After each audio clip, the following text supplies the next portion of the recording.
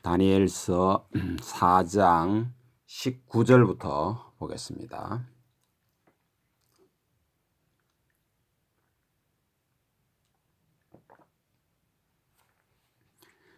벨드사살이라 이름한 다니엘이 한동안 놀라며 마음으로 번민하는지라 왕이 그에게 말하여 이르되 벨드사살아 너는 이 꿈과 그 해석으로 말미암아 번민할 것이 아니니라. 벨드사살이 대답하여 이르되 내 주여 그 꿈은 왕을 미워하는 자에게 응하며 그 해석은 왕의 대적에게 응하기를 원하나이다. 지금 이제 꿈을 해석해 주면서 한참 떨다가 너무 그 해석이 이 질문하는 느부갓네살에게 좋지 않은 해석이기 때문에 이제 어려워했다 이 말이죠. 그러니까 여기서도 참 그 다니엘이 그 느부갓네살에게 참 실수한 굉장히 큰 실수를 한 거 아닙니까, 그죠? 그 느부갓네살이 그래도 말을 함부로 하지 않는다 이런 것을 좀 우리가 볼 수 있습니다. 그 꿈은 왕을 미워하는 자에게 응하며 그 해석은 왕의 대적에게 응하기를 원하나이다. 이런 자세, 이런 삶의 자세가 좀 다른 사람을 그 위하는 마음 아닙니까? 이 좀 느부갓네살을 위하는 마음이고 이렇듯이 그 좀 그 심지가 깊은 마음이라 그럴까요? 긍휼히 여기는 마음이라 그럴까? 이런 것이 있는 그런 지금 상태 아닙니까? 그러니까 참 이런 걸 잘 배워야 됩니다. 저도 그렇고 제가 이런 게 굉장히 부족한데 저와 여러분들이 이런 사람을 향해서 긍휼히 여기는 마음, 불쌍히 여기지는 마음, 아주 정말 악한 사람을 대할 때도 어떤 사람을 대할 때도 이런 이제 존중히 여기는 마음, 나보다 남을 낮게 여기는 마음, 이런 여러 가지가 이제 깔려 있는 그런 말이죠. 자, 20절. 왕께서 보신 그 나무가 자라서 견고하여지고 그 높이는 하늘에 닿았으니 땅 끝에서도 보이겠고 그 잎사귀는 아름답고 그 열매는 많아서 만민이 먹을 것이 될 만하고 들짐승은 그 안에 살며 공중에 나는 새는 그 가지에 깃들었나이다. 왕이여 이 나무는 곧 왕이시라. 하나님께서 해석을 해 주시죠. 그러니까 하나님께서 반드시 이렇게 환상이라든가 이런 문제는 해석을 해 주신다는 거예요. 비유는 해석을 해 주십니다. 반드시 우리가 자세히 읽어보면 그렇습니다. 자세히 안 읽어가지고 이제 자기 해석을 집어넣어가지고 멸망하는 거예요. 그러니까 왕이다 이 말이. 이 나무는 곧 왕이시라. 이는 왕이 자라서 견고해지고 창대하사 하늘을 닿으시며 권세는 땅끝까지 미치심이니이다. 왕이 보신 적 한순 잘자 그 이야기했죠. 엔드 곧 한 거룩한 자가 하늘에서 내려와서 이르기를 그 나무를 베어 없애라. 그러나 그 뿌리의 거루터기는 땅에 남겨두고 새와 놋줄로 동이고 묶는다 이 말이죠. 그것을 들풀 가운데 두라. 그것이 하늘 이슬에 젖고 또 들짐승들과 더불어 제 몫을 얻으며 7대를 지내리라 하였나이다. 7년 이야기입니다. 7대, 한때, 두때, 반때 이런 말도 나오고 성경에 때 할 때 우리 요즘 말로 하면 1년, 2년 그런 이야기입니다. 왕이여 그 해석은 이러한 하니이다. 곧 지극히 높으시니가 명령하신 것이니 내 주 왕에게 미칠 것이라. 왕이 사람에게 쫓겨나서 들짐승과 함께 살며 소처럼 풀을 먹을 것이며 하늘이 스새 젖을 것이요 이와 같이 7대를 지날 것이라. 지극히 그때에 지극히 높으신 이가 사람의 나라를 다스리시며 자기 뜻대로 그것을 누구에게든지 주시는 줄을 아시리이다 이 말입니다. 이걸 우리도 정확하게 알아야 됩니다. 완각 세상을 통치하시는 하나님 임마누엘 이제 그런 이야기입니다. 26절 또 그들이 그 나무 뿌리에 거루터기를 남겨두라 하였은즉 하나님이 다스리는 줄을 왕이 깨달은 후에야 왕의 나라가 견고하리이다.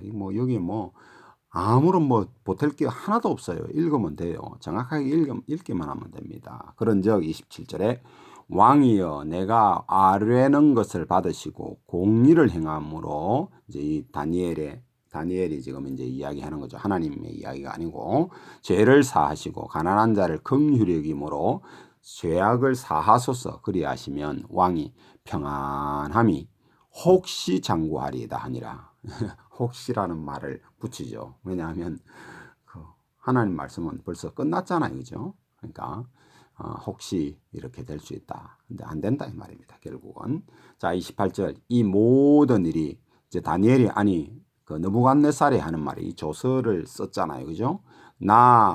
이 모든 일이 다 나 느부갓네살 왕에게 임하였느니라. 12달이 지난 이제 자기가 말을 하는 거죠. 12달이 지난 해에. 그 말은 이제 이런 꿈을 꾸고 그 다니엘이 말을 해줄 때는 내가 조심해야지 이래 했어도 세월이 가면 잊어버리는 거 아닙니까 사람이.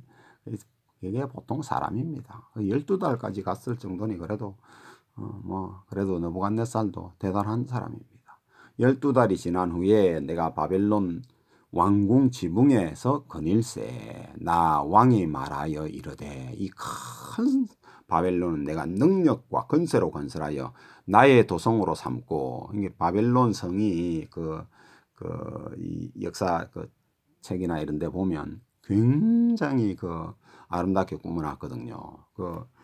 그러니까 티그리스 강물을 중간 바벨론 성 중간으로 이렇게 쭉 흐르게 해가지고 바벨론 성을 빙 둘러서 가지고 바벨론 성에 100개의 청동문으로 이렇게 했던 그리고 막 그 벽과 벽의 두께가 얼마나 두꺼웠는지 마차가 2대나 지나갈 수 있는 그런 정도의 두께다 그랬고 굉장히 큰 어떤 성입니다. 그러니까 이런 것을 이제 자기가 이제 보고 하는 말이죠. 왕궁의 지붕에 거닐세 나 왕이 말하여 이르되 이 큰 바벨론은 내가 능력과 건세로 건설하여 나의 도성으로 삼고 이것으로 내 위엄의 영광을 나타낸 것이 아니냐 하였더니 이런 말을 이 말이 아직도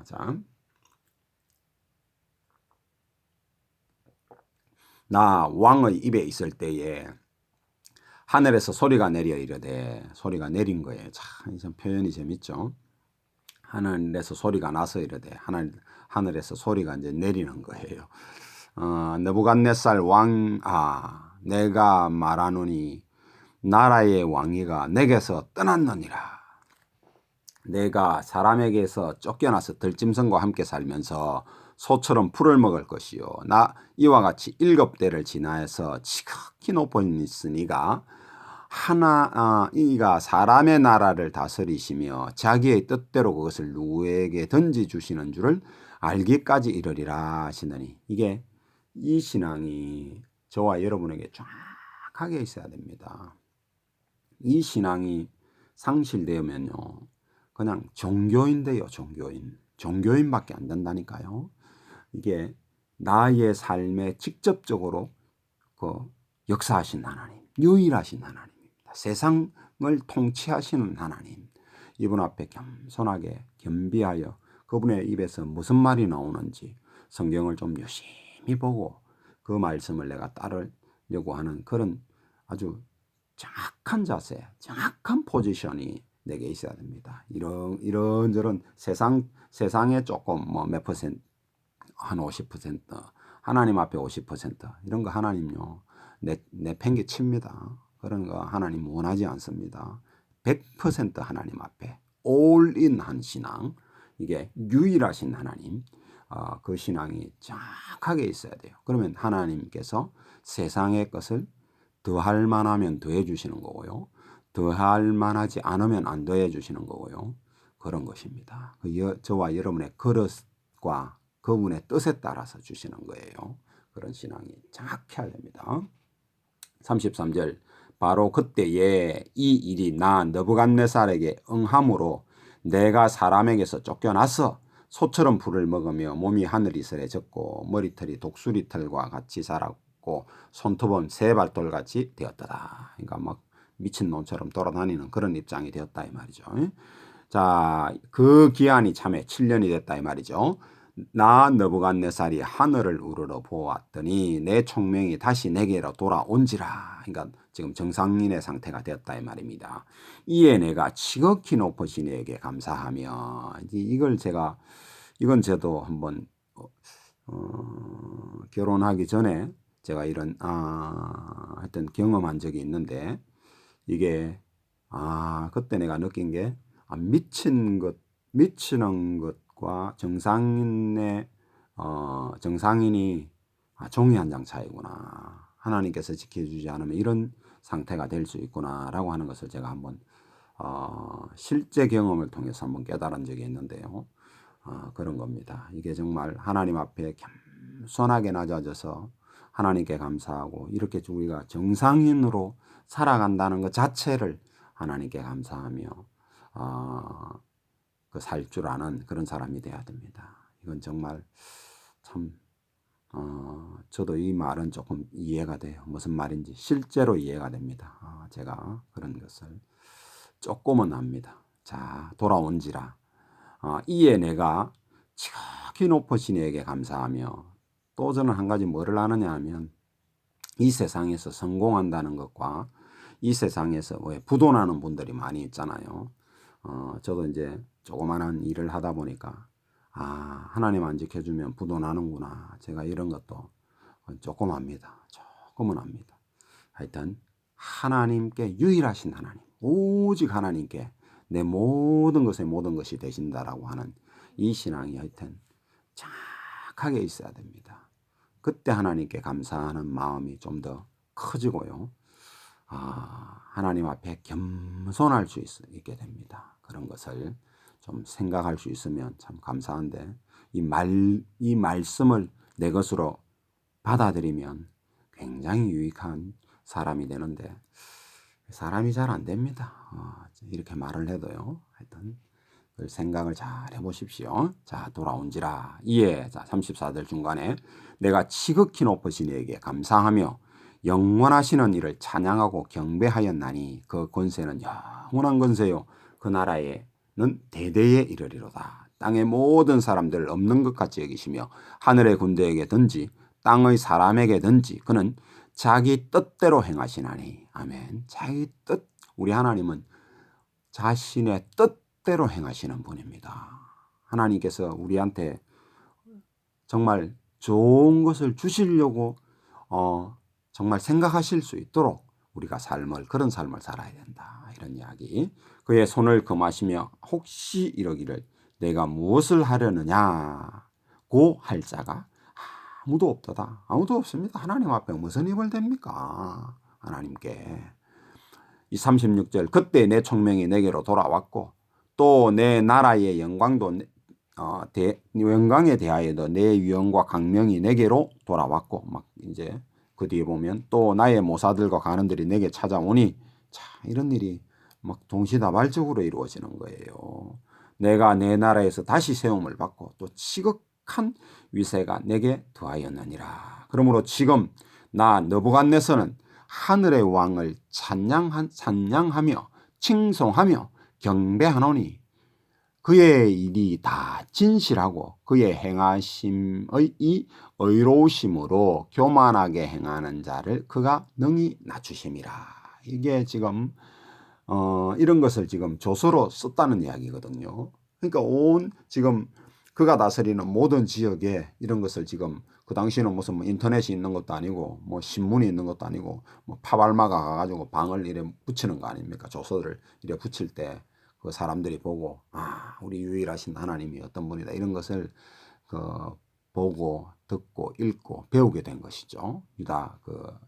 특히 유다 백성들이 이제 이스라엘 유다 백성들이 배우는 거죠. 그리고 이제 주위에 많은 사람들도 이제 보게 되는 거죠. 이것을 듣고 믿는 사람도 있는 것이고 믿지 않고 무시한 사람들도 무시한 사람이 더 많았겠죠.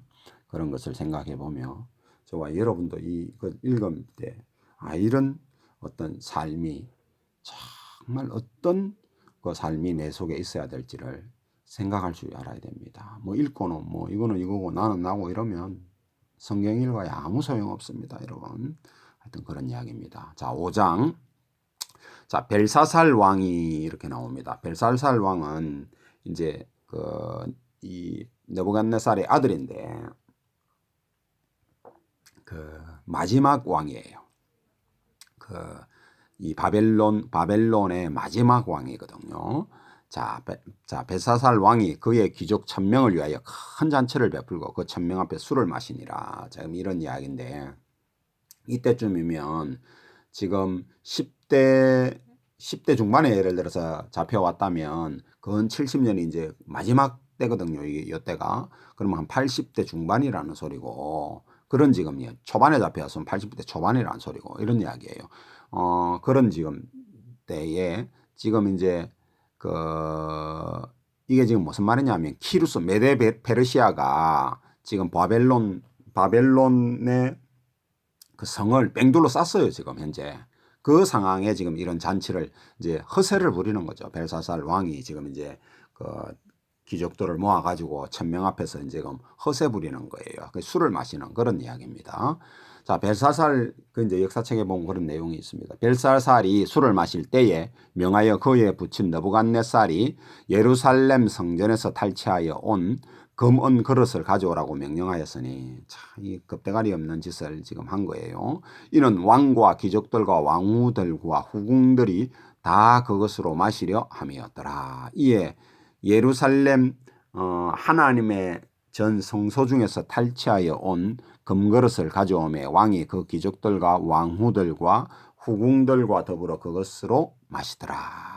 그들이 술을 마시고는 그 금, 은, 구리, 쇠, 나무, 돌로 만든 신들을 찬양하니라. 참 하여튼 망할 짓을 한 거죠. 그때에 참 그러고 있는 그때에 사람들의 손가락들이 나타나서 왕궁 촛대 맞은편 석회벽에 글자를 쓰는데 왕이 그 글자 쓰는 손가락을 본지라. 그러니까 굉장히 지금 놀라운 일이 하나님으로부터 지금 이제 손가락이 나타나가지고 막 석회벽에다가 차차차차 하고 글자를 지금 쓰는 이야기입니다. 이에 왕의 절기던 얼굴빛이 변하여 그 생각이 번민하여 넓적 다리 마디가 녹는 듯하고 그의 무릎이 서로 부딪힌지라. 부들부들 떨었다 이 말이죠 지금. 그러니까 그런 지금 왕이 크게 소리를 질러 술객과 갈대아 술사와 점쟁이를 불러오라 하고 바벨론의 지혜자들에게 말하이되 누구를 막론하고 이 글자를 읽고 그 해석을 내게 보이면 자주색 옷을 입히고 금사슬로 그의 목에 걸어주리니 그를 나라의 셋째 통치자로 삼으리라 하고 막 지금 고함을 지르는 거예요. 지금 고함을 지르 그때의 왕의 지혜자가 다 들어왔으나 왜 뭐 그런 거 준다 하니까 뭐 아주 또 뭐 왕의 명령이 급하고 하니까 막 급하게 지금 들어온 거예요. 능히 그 글을 읽지 못하고 그 해석을 왕에게 알려주지 못하는지라. 그러니까 이런 일반 사람들이 도저히 알지 못하는 글자로 지금 이제 하나님께서 이제 글을 쓰신 거죠. 그러므로 벨사살 왕이 크게 번민하여 그 얼굴을 빛이 변하여 그 귀족들도 다 놀라니라. 이렇게 지금 이야기합니다. 그러니까 왕의 그 부인을 말하는 건데, 근데 이제 역사에 보면 태우가 뭐 이런 일을 했다 이런 이야기도 있는데. 뭐 정확하게 모르겠어요.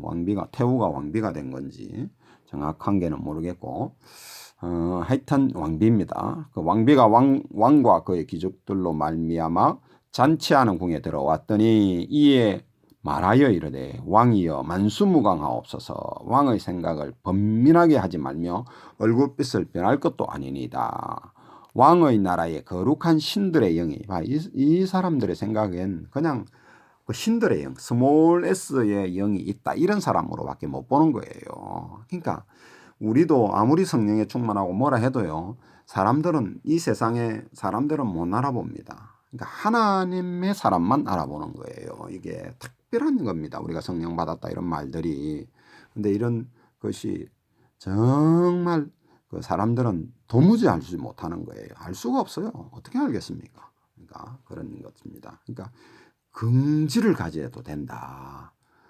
하나님의 영이 내 속에 들어왔다. 성령님께서 내 속에 들어오셨다. 이 말은 정말 우리가 정말 지극히 거룩한 존재가 되었다. 이런 긍지를 가지고 살아도 된다. 이런 이야기입니다. 여러분의 처한 형편이 뭐 좋든지 나쁘든지 상관없이 정말 그런 긍지를 가지고 살아라. 째째하게 살지 마라. 이런 이야기입니다. 자, 11절. 왕의 나라에 거룩한 신들의 영이 있는 사람이 있으니 곧 왕의 부친 때에 있던 자라서 명철과 총명과 지혜가 그들의 신들의 지혜와 같은 자이니이다. 자, 이것을 한번 좀 잘 읽어보면 정말로 저와 여러분에게 성령님이 들어오시면 어쨌거나 그 전보다 좀 더 지혜로워지고 그 전보다는 좀 더 명철해지고 총명해지고 이렇다라고 하는 사실을 우리가 알 수가 있죠. 근데 뭐 그전하고 똑같다. 뭐 방언 말하는데 옛날하고 뭐 똑같이 뭐 입에서 나오는 것은 거친 말만 나오고 아주 뭐 이렇다 이러면 그것이 과연 하나님께로부터 온 것인지 좀 생각해 볼 필요가 있다. 하나님으로부터 온 영은 뭔가 좀 다르다. 세상과 다르다. 이런 것을 좀 생각해 볼 수 있습니다. 그런 것을 지금 생각해 볼 수 있고 다시 11절 다시 보겠습니다. 왕의 나라에 거룩한 신들의 영이 있는 사람이 있으니 곧 왕의 부친 때에 있던 자로서 명철과 총명과 지혜가 신들의 지혜와 같은 자이니이다. 왕의 부친 느부갓네살 왕이 그를 세워 박수와 술객과 갓대아살 술사와 점쟁이들의 어른을 삼으셨으니 이는 이 왕이 벨드사살이라 이름하는 이 다니엘은 마음이 민첩하고 지혜와 총명이 있어 능히 꿈을 해석하며 엄밀한 말을 밝히며 의문을 풀 수 있었나이다. 이제 다니엘을 부르소서. 그리하시면 그가 그 해석을 알려드리라 하니라. 그러니까 아무도 못 알아. 지금 못 하니까 하나님께서 이제 그 왕비를 통해서 지금 다니엘을 부르는 장면이죠. 이에 다니엘이 부름을 받아 왕의 앞에 나오매 왕이 다니엘에게 말하되 네가 나의 부왕이 유다에서 사로잡혀 온 유다 자손 중에 그 다니엘이냐? 내가 내게 대하여 들은즉 내 안에 신들의 영이 있으므로 다 모르는 겁니다. 아무도 모릅니다. 신들의 영이 있다는 거예요. 그냥 잡신들의 영이 있다 이렇게 밖에 생각을 못하는 겁니다. 내가 명철과 총명과 비상한 지혜가 있다 하도다. 저와 여러분이 성령님이 우리 속에 들어오시면 정말 긍지를 여겨도 된다. 이런 이야기입니다. 이제 15절 지금 여러 지혜자와 술객을 내 앞에 불러다가 그들에게 이 글을 읽고 그 해석을 내게 알게 하라 하였으나 그들이 다 그 해석을 내게 보이지 아니하니라. 내가 내게 대하여 들은즉 너는 해석을 잘하고 의문을 푼다 해도 그런즉 이제 내가 이 글을 읽고 그 해석을 내게 알려주면 내가 자주색 옷을 입히고 금사슬을 내 목에 걸어주며 너를 나라의 셋째 통치자로 삼으리라 하니. 자, 이것도 잘 보세요. 하나님께서 지금 우리한테 처음에는 말해라 이랬고 그 다음에 꿈을 들려주고 해석해라 해도 못하죠. 지금 하나님께서는 그 아들을 통해서는 보여주고 다 보잖아요. 다 보고도 지금 모르는 거예요. 잡신들은 소용없다. 오직 유일하신 하나님, 나 만군의 하나님, 나만 오직 유일하다. 이걸 지금 우리한테 알려주는 거예요. 이스라엘 백성들한테 그걸 알려주시는 거고 유다 백성들이 그걸 깨닫는 거예요. 70년을 통해서. 저와 여러분들도 반드시 이 사실을 알아야 된다. 오직 유일하신 하나님, 그 하나님을 섬겨야 된다. 이런 건 그런 내용입니다. 17절 다니엘이 왕에게 대답하여 이르되 왕의 예물은 왕이 친히 가지시며 왕의 상급은 다른 사람에게 주옵소서. 그럴지라도 내가 왕을 위하여 이 글을 읽으며 그 해석을 아뢰리이다. 왕이여 지극히 높으신 하나님의 이 왕의 부친 느부갓네살에게 나라와 큰 권세와 영광과 위엄을 주셨고 그에게 큰 권세를 주셨으므로 백성들과 나라들과 언어가 다른 모든 사람들이 그 앞에서 떨며 두려워하였으며 그가 임의로 죽이며 임의로 살리며 임의로 높이며 임의로 낮추었더니 그가 마음이 높아지며 뜻이 완악하여 교만을 행하므로 그의 왕위가 폐한바되어 그의 영광을 빼앗기고 사람 중에서 쫓겨나서 그의 마음이 들짐승의 마음과 같았고 또 들나귀와 함께 살며 소처럼 풀을 먹으며 그의 몸이 하늘 이슬에 젖었으며 지극히 높으신 하나님이 사람 나라를 다스리시며 자기의 뜻대로 누구든지 그 자리에 세우시는 줄을 알기에 이르렀나이다. 이런 일이 있었죠. 그죠? 이런 일을 지금 알려주는 거예요. 이것도 정확하게 우리의 신앙 속에 반드시 있어야 된다 이 말입니다. 벨사살 왕이요, 벨사살이요. 22절 왕은 그의 아들이 되어서 이것을 다 알고도 아직도 마음을 낮추지 아니하고 정말 이게 안다고 되는 것이 아니다. 하나님 앞에 마음을 낮추지 못하는 자는 패망하는 거예요. 누구든지 그렇습니다. 이거는 교만이 패망의 선봉이다. 이 말은 누구든지 적용되는 거예요. 오늘날 기독교인들에게도 똑같이 적용되는 이야기입니다. 그런 것을 우리가 정말 뼈저리게 깊이 생각해야 됩니다. 23절 도리어 자신을 하늘의 주제보다 높이면 네가 그 벨사살이 지금 더 높인다 이 말이죠.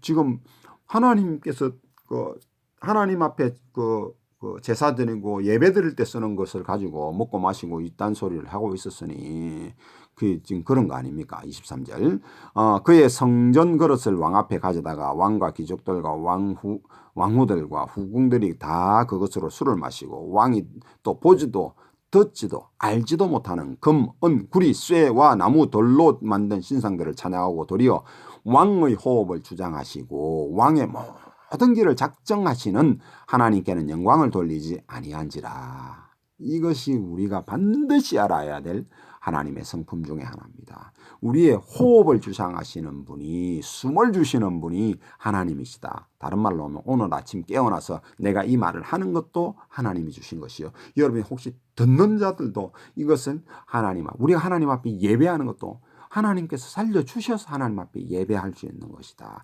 라고 하는 이 사상이 정확하게 우리의 뇌리 속에, 우리의 심령 속에, 우리의 삶 속에 반드시 자리를 잡아야 된다. 이런 이야기입니다. 유일하신 하나님, 완가시의 신앙이다. 이 말입니다. 24절 이러므로 그의 앞에 이 손가락이 나와서 이 글을 기록하였나이다.